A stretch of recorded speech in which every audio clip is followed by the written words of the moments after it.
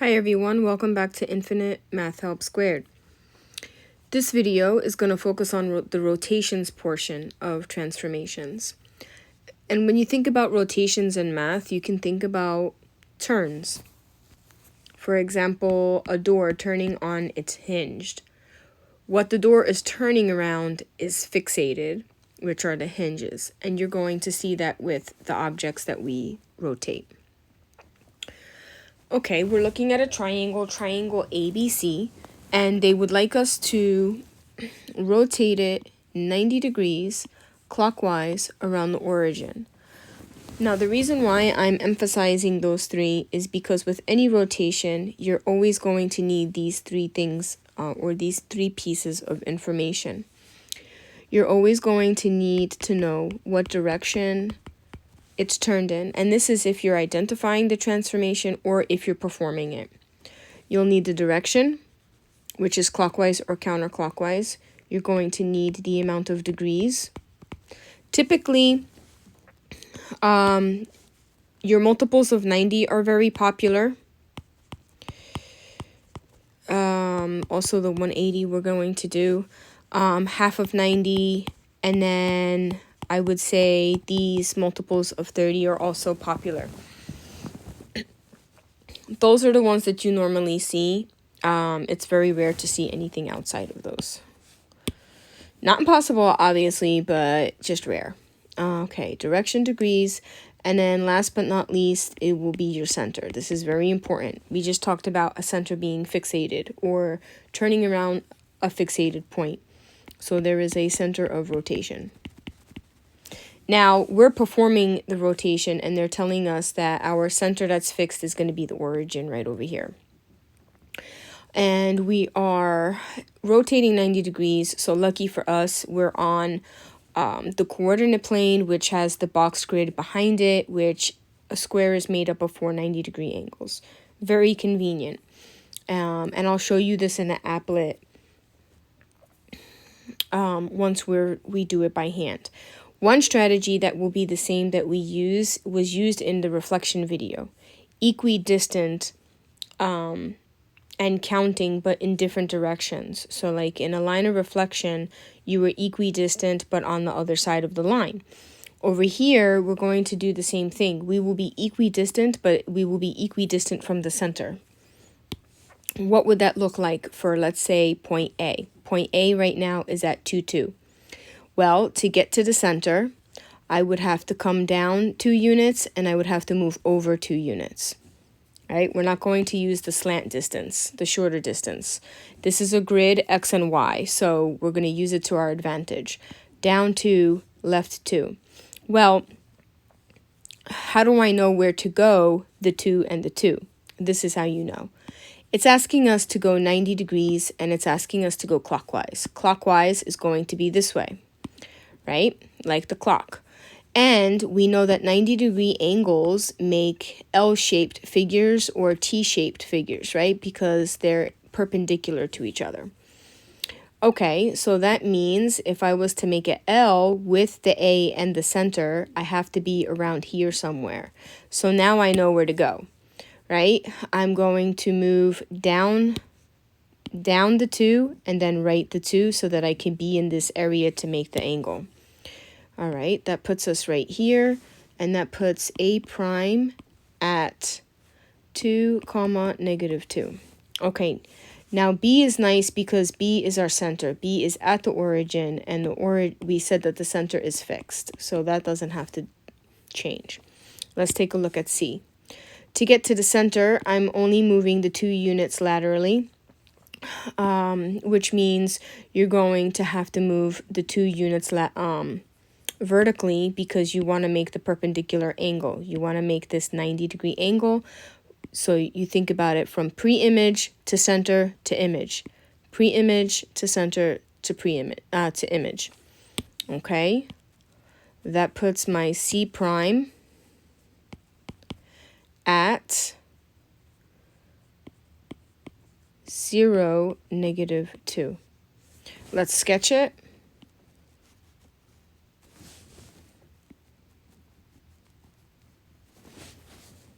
Okay, and there we go. Here is our pre-image. Here is our image. B prime stayed still. Okay, let's look for a pattern because we saw patterns with reflections. Maybe we will see them here too. If we take a look at C, we notice that if the X was 2 and now the Y is 2, opposite sign. The Y was 0, but now the X is 0. And that's not a coincidence. That is a pattern. You can see that also here. It's a little harder to see because they're both 2. So it's kind of like, did they switch? Did they not? But we know that they switched because of C.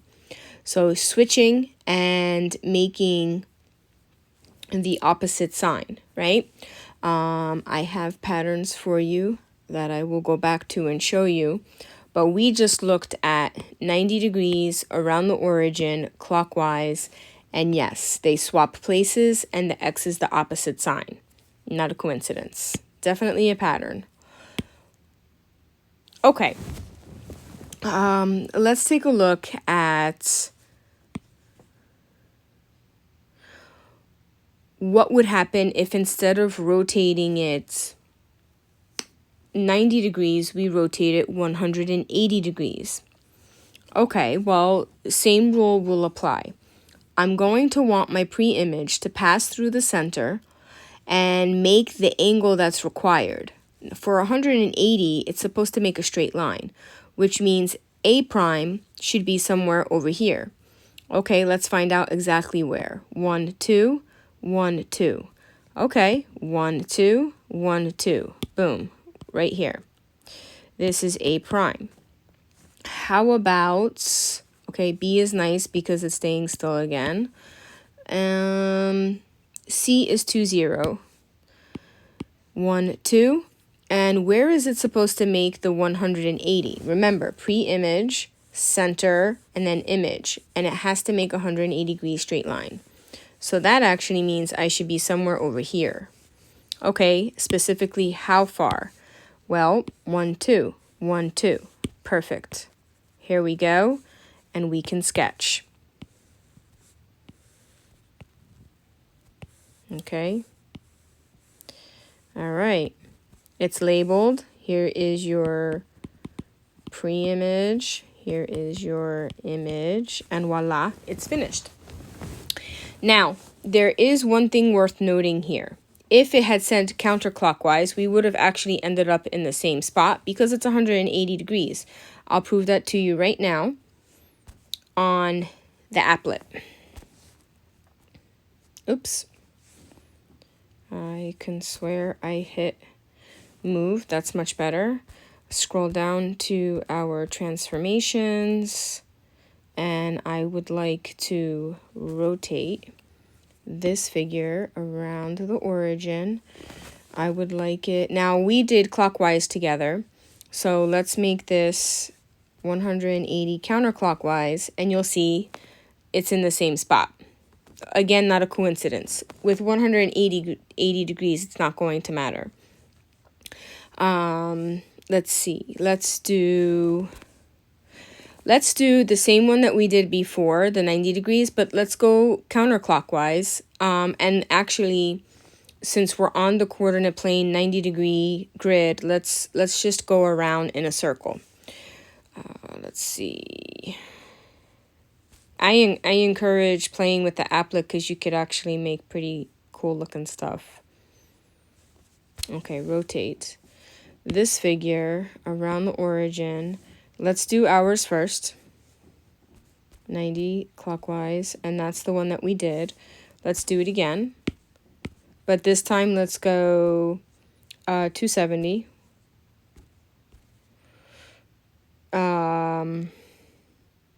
We did the 180 already, but if you want, we can just put it in there for completion. Okay. And then, oh, I'm getting RE vibes here, umbrella vibes. Let's see. The one thing we didn't talk about is full circle. Ta-da!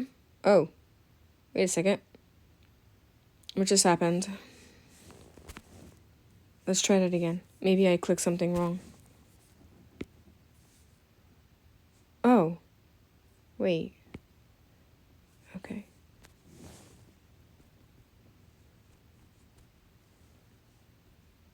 Okay, I definitely clicked something wrong before. I must have picked the wrong point of center rotation, because now you can see the prime 3, the prime 3. Those are subs, by the way. A prime sub 3, C prime sub 3, B prime sub 3 means that it was the third transformation that we copied, right? So there you go. Full circle, those are rotations clockwise. If you did counterclockwise, you're just basically going in the reverse order. Same strategies though. And again, I'll come out with a video where you get to see a third strategy, which is tracing paper. So now you have the equidistant strategy by hand, you have the applets, and you'll soon have tracing paper. Okay, now here's your rules again. If you need to pause and take some notes.